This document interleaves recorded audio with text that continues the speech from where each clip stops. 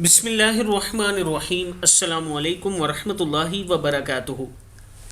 عابد راجہ channel کی طرف سے آج میں اپنے دوستوں کو رسول اللہ صلی اللہ علیہ وآلہ وسلم کا ایک بہت ہی پیارا فرمان سناؤں گا۔ آپ دوستوں نے اس پر ضرور عمل کرنا ہے۔ رسول اللہ صلی اللہ علیہ وآلہ وسلم یہ دعا فرمایا کرتے تھے۔